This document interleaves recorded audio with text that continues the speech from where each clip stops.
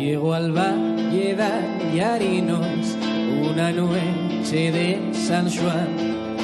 Les gafes i les patilles eren nueves nel lluar. Enriba la pena ardient, cielo oscuro y prieta daga, consumíase la lluna dentro el sol y de plata. Daven ya quasi les 12 y el foriat una tena robaba el fuego sagrado a una virgen de vestal. Cuando un rayo de lluna reblincó sobre les valles y bañando a la mocina de llover antiguos barres.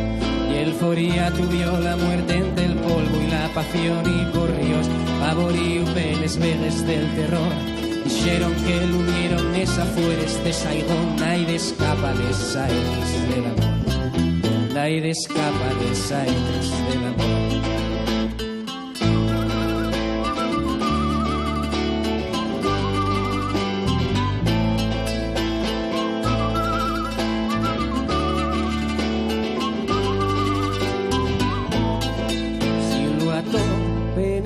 Escondiu en d'algun piso infecto, digan-hi que en tal lo esperen en una casa del pueblo.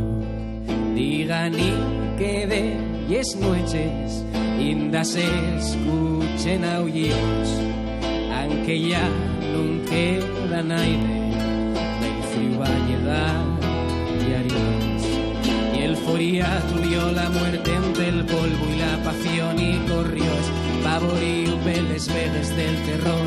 Dijeron que lo vieron esas flores de Saigón, nadie escapa de Saigón del amor. Nadie escapa de Saigón del amor.